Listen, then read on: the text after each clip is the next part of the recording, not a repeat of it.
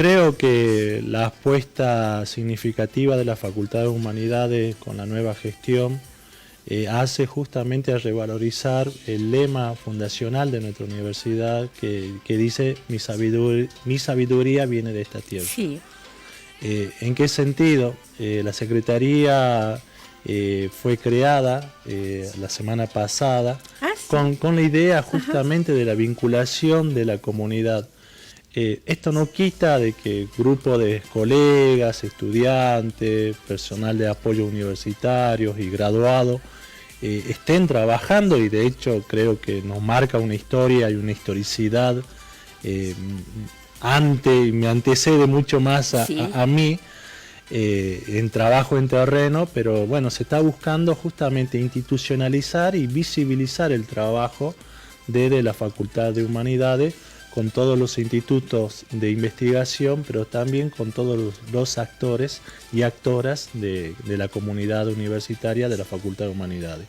Sí. Buscando justamente esta articulación, ¿no? Claro. Buscando la articulación con las organizaciones civiles, con las organizaciones del Estado, con las cooperativas, con grupos de personas interesadas en temáticas que también nos interesan dentro de las humanidades y dentro de las ciencias sociales, ¿no? Sí. En términos políticos nos genera grandes temáticas como interculturalidad, la cuestión de género, discapacidad, sí, medio ambiente. Entonces creo que tal vez si habrían más compañeros y compañeras o compañeres hoy aquí, podrían dar también nuevas miradas, nuevas perspectivas de reflexión de lo que genera la comunidad de la Facultad de Humanidades, sí, al medio en términos no tan solo académicos desde la ciencia, sino también desde el vínculo con un otro y una otra.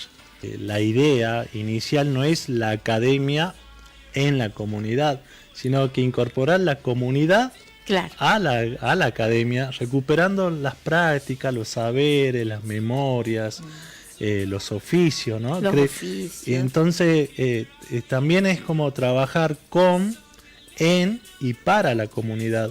Creo que eso va a ser una apuesta muy interesante por parte de la Secretaría y de mi compañera, que es también la directora del CISEN, que es un proceso, digamos, que se genera regularmente en terreno, ¿no? Sostenido en el tiempo, y trabajar para con un otro, es decir, corrernos de ese lugar del saber, del todopoderoso, claro, claro, sino que tal vez es poder escuchar, poder estar con un otro, una otra diferente, ¿no? Diferente a uno, pero incorporar. El CISEN es un centro de investigaciones, pero que es un colectivo de colegas, de estudiantes y también de personas que vamos en la trayectoria de trabajo histórica que tenemos, integrando para pensar justamente estos problemas que están instalados en nuestra comunidad y en la sociedad, ¿no? Es muy importante como posicionamiento entender que investigación, docencia y extensión universitaria no están separadas, claro, ¿no? Van de la mano porque tiene que ver con una mirada. Por supuesto que en la Facultad de Humanidades es un gran colectivo donde por suerte hay múltiples voces, múltiples miradas para poder aportar a la complejidad que nos requiere hoy el mundo, sí, en general, en Latinoamérica, nuestro país y nuestra región del NOA, tan postergada también en tantas cuestiones que están pasando, que son terribles, tal como bueno lo planteaban acá nuestras y nuestros estudiantes. Entonces, creo que es importante en esto de la formación docente, sí, bueno, en mi campo particularmente estoy en Ciencias de la Educación junto con mi colega, y en ese sentido creemos que es muy importante la formación profesional, que en este tiempo está en una disputa simbólica, porque tenemos, como bien sabemos, dentro de este sistema capitalista, que es un sistema que tiene, digamos, sus fases, sus etapas, y que, bueno, estudiar esto, sí, traerlo a la mesa, hacerle preguntas de manera colectiva, que es un poco lo que intentamos hacer en las aulas, sí, implica justamente poder ir mirando e ir viendo cuáles son los efectos, ¿no?, para las personas. Y vemos que lo que está pasando está todo en detrimento de derechos humanos, ¿no? Y en ese sentido hay una disputa porque por otro lado tenemos justamente los grupos de poder que defienden estos intereses, Sí. quieren cooptar la educación, ¿no?, para formar profesionales que sean de algún modo adaptados a este sistema en términos de intereses privados y de intereses de unos pocos. Bueno, en ese sentido, defender la educación pública, defender el espacio común, es muy importante. Y ahí es donde, por ejemplo, la frase de Hernán Ulm, que me parece interesante, la universidad necesita mantener una autonomía como principio, Sí. porque eso nos permite, en todo caso, relacionarnos con la comunidad, pero no en términos de responder demandas de la sociedad necesariamente, sino generar las condiciones para poder plantear justamente estas conversaciones, estos debates, Sí. y la formación la pensamos en términos de problematización, en términos de desnaturalización. ¿Qué quiere decir eso? En general, los sistemas educativos van como configurando en su relación con la cultura Sí. determinado imaginario social sobre determinadas, digamos, asuntos Sí. y Claro. del orden común. Bueno, ese imaginario social a veces hay que desmontarlo porque hay un montón de prejuicios o de formas que han sido instaladas, por ejemplo, que los pobres son pobres porque son vagos, ¿no? Por dar un ejemplo. Naturalizar la pobreza. Naturalizar la pobreza o responsabilizar a los individuos de la Claro. pobreza cuando sabemos que la realidad es mucho más compleja. Entonces, nuestra tarea como docentes en ese sentido tiene que ver con esto, con poner más preguntas que certezas, ¿no? Claro. Las afirmaciones estas que tenemos como convicciones tan, de algún modo, consolidadas, ponerlas entre signo de pregunta y sobre todo poder ampliar esa conversación a sectores que no están participando, de esta democracia, ¿no? Porque en ese sentido también es un camino de colectivo poder efectivizar la democracia incorporando, digamos, generando las condiciones para que todas las personas con su derecho a la ciudadanía puedan ejercer este derecho a la palabra, a la participación, a la toma de decisiones en pro de lo que significa el bien común. Claro. Y eso hoy en día está en riesgo, porque evidentemente también lo que nos está pasando está mostrando una tendencia a seguir reafirmando este individualismo que tiene que ver con los efectos nefastos de una mirada neoliberal, de una mirada totalmente colonial, si se quiere, ¿no? Sí, De los procesos sociopolíticos, económicos y culturales. Y ahí es donde viene la importancia también de nuestro lugar en la comunidad, desde distintos ámbitos. No solo, de algún modo, acompañar los procesos sociales junto a los movimientos sociales, junto a los grupos que han estado históricamente postergando, defendiendo derechos humanos, como pueden ser pueblos originarios, como Sí. es el tema de la violencia que está tan arraigada contra las mujeres, por ejemplo. Bueno, hay una serie de problemáticas que uno todo el tiempo escucha, Y ¿no? vive. y vive y padece, Sí. porque justamente, ¿no?, ahí está nuestro lugar político y ético. ¿Cuál es el límite para aquello que podemos construir socialmente? Porque lo importante, cuando Hernán Ulm decía crear, ¿no?, Nuevos conceptos. nuevos conceptos, en realidad, bueno, el mundo lo construimos a partir de prácticas, pero también de las palabras, de los Del sentidos, pensamiento, del ¿no? pensamiento. Claro. Y esa construcción es colectiva. Entonces ahí es importante justamente esta cuestión de que no solo podemos aportar a dando herramientas a través del estudio para comprender una realidad, La sino que realidad. también para reinventarla, para Claro. que nadie nos convenza de que esto es lo único que hay, de que estas son las únicas formas de estar en el mundo, Claro. sino que pensemos justamente que eso es una posibilidad de construcción colectiva y sobre todo en este momento para poder... De tanta gravedad. Exacto, sí, para poder de algún modo revertir males que son totalmente posibles de ser revertidos. Pero eso implica una distancia crítica, dirían algunos autores, y hay otros que me gusta más, dirían una aproximación amorosa para comprender, pero también para justamente pensar entre todes, ¿no? Y cada una, cada uno, cada une, estas posibilidades de un mundo que tenga como criterio la justicia social, que tenga como criterio la efectiva defensa de derechos humanos y que tenga como criterio un montón de aspectos que sí es posible revertir, porque la historia nos demostró.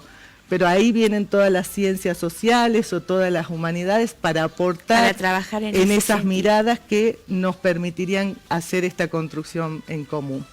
Bien, y con respecto al norte argentino, ¿no? A nuestros hermanos originarios, he visto, bueno, que desde el CISEN se ha hecho y se sigue haciendo mucho trabajo al respecto, ¿no? ¿Qué nos podés contar acerca de esto? ¿Y qué te puedo contar? Es casi como parte constitutiva de mi formación académica. La experiencia indica una relación casi íntima con un otro, diferente, pero que también es como complementario a mí. No nos olvidemos que también la universidad está extendida en la frontera, con la sede regional Tartagal. Claro. Y sí. En su singularidad, en su particularidad, también con habitantes nativos, ¿no? Con diferentes etnias, lenguaje, que colegas que también son parte del CISEN y parte de la Facultad de Humanidades, trabajan intensamente en el norte, ¿no? Con esto de lo que acaba de decir María, ¿no? Con estas desigualdades, ¿no? Desnaturalizar la desigualdad, ¿no?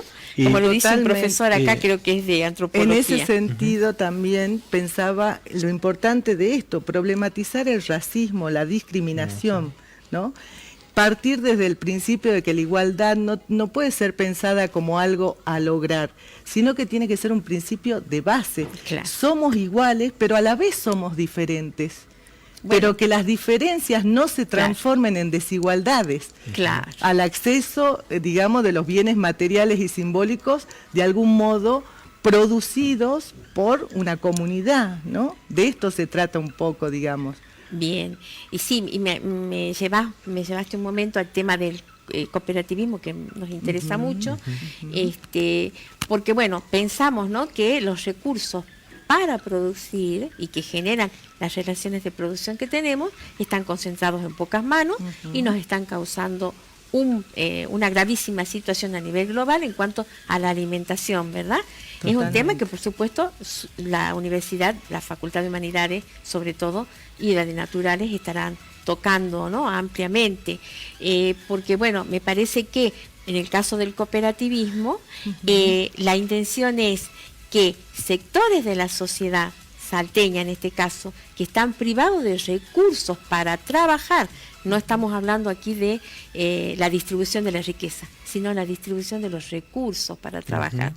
¿Crees que es así, Ariel? Sí, efectivamente, porque la única manera por la cual nosotros hemos también trabajado en lo personal, porque también no es cierto mostrarnos como parte de lo común, porque también venimos de una sociedad individualista, con muchos egos, entonces también hay un trabajo personal, y la única manera que hemos logrado era desconstruyendo para volver a construir algo de lo común. Entonces sí, entiendo, sea lo cooperativo, sea lo colectivo, sea lo grupal, el agrupamiento, posibilita un nuevo andar. Entonces, dentro de la lógica del sistema productivo, obviamente que uno acompaña estos procesos, más aún cuando son sujetos históricamente maltratados, ¿no? Maltratados, digo, por decir, digo, en el sistema de producción de cualquier producto, ¿no? Uno ve, ¿no? Digo, uno compra una mermelada y uno sabe que por detrás de esa mermelada hay todo un proceso en donde implica la familia, la comunidad, implica algo del ambiente de las comunidades. Y bueno, y también está la otra cuestión de lo ético, lo político, en términos del para qué, por qué, quién se hace cargo después de eso. Sí. Digamos que es todo un entramado que, bueno, que nosotros intentamos también desandar, pero andando junto con ellos, ¿no? Y además eso ya está hablando de la posibilidad de pensar otro tipo de experiencia en vinculación al trabajo, ¿no? Claro. Y ahí viene también de construir estas nociones, en cierto sentido, de desarrollo, ¿no? Sí. Porque muchas veces también relacionamos desde el sentido común el desarrollo con calidad de vida, todo. Bueno, eso, ¿realmente lo estamos viviendo así? ¿Quiénes participan de este desarrollo? ¿Cuáles son los efectos de este desarrollo en un sistema económico que de algún modo deja fuera la mayoría y que solamente está pensado para el privilegio de unos pocos? ¿Cuáles son los efectos? Entonces, creo que esta es, digamos, la conversación posible e interesante, donde justamente se van tejiendo en esa red de relaciones que hay que construirla, porque a veces no está muy disponible con cómo están los tiempos, no nos dejan pensar, no hay tiempo para reflexionar en común. Bueno, esto tenemos que poder apropiarnos nuevamente, y eso es lo mejor que le podemos de algún modo aportar a la sociedad para que justamente puedan ser viables otras alternativas de vida donde se pueda de algún modo trabajar en relación a las problemáticas acuciantes que son la pobreza, la desigualdad, la discriminación y el acceso a derechos y todo lo demás, pero pensándolo en conjunto, pensándolo justamente de algún modo desde otras lógicas,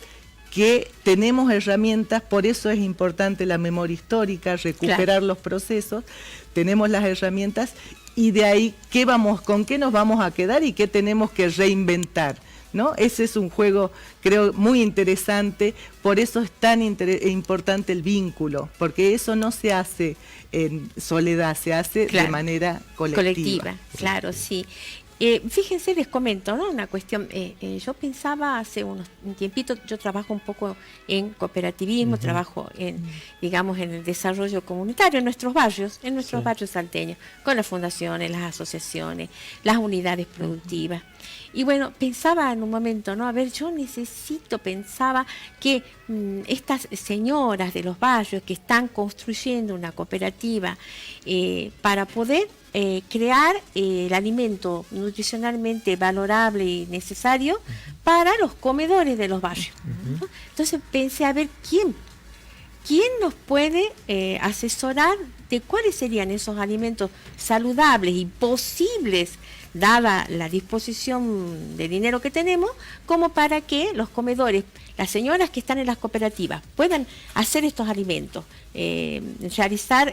llevar luego estos alimentos a los comedores y que en los comedores sirva realmente, ¿no? ¿A quién puedo acudir? Y pensé en la universidad.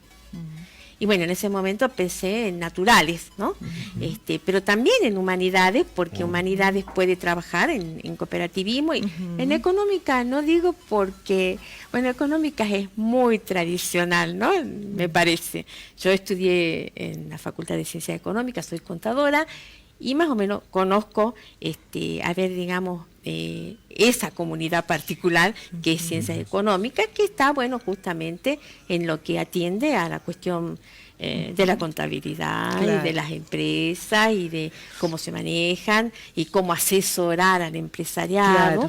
Y creo que no avanzan mucho más allá, pero tengo mucha esperanza en humanidades, por ejemplo, ¿no? Bueno, ahí está un poco esto de la importancia de mantener la autonomía universitaria, porque cuando, digamos, ese espacio, tiempo, donde ingresan personas de distintas condiciones sociales, pero es una posibilidad justamente de ponerse en relación con los demás y de trascender la propia vida de esos destinos que te marcan. Vos naciste pobre y vas a morir, ¿no? Entonces la universidad hay que mantener esa independencia ideológica digamos, ideológica, no en términos de falta de posicionamiento político, ético, sino en términos de justamente no dejar que la universidad sea cooptada por una sola lógica. Claro. Como nos dicen hoy, bueno, ustedes tienen que formar a los profesionales en las competencias, en la flexibilidad, en una serie de cuestiones que le vienen bien al mercado. Claro. No, señores, Claro. o sea,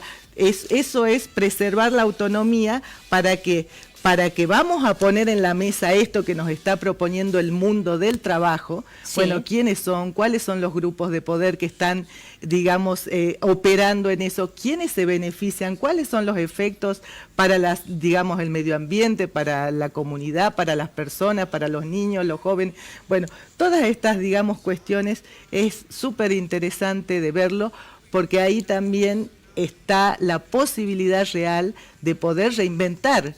Porque claro. si solamente las instituciones van a promover una sola línea, un único discurso, una mirada sobre el mundo única, bueno, ahí sí estamos cancelando la posibilidad de transformar el mundo. De transformar este mundo, ¿no?, tan desgraciado claro, hoy en día, ¿no? Claro. Y en lo práctico acerca de, por ejemplo, la soberanía alimentaria, ustedes tienen este tipo de trabajo acerca de la seguridad alimentaria, qué es lo que está pasando con las comunidades originarias y la desnutrición. ¿Qué nos pueden contar? Sabemos de que hay grupos de trabajo dentro de la facultad. Yo no estoy muy al tanto, pero sí hay como una militancia, hay un proyecto específico en ciencia de la comunicación, Ajá. ¿sí?, en todo lo que es justamente la soberanía alimentaria. Ajá.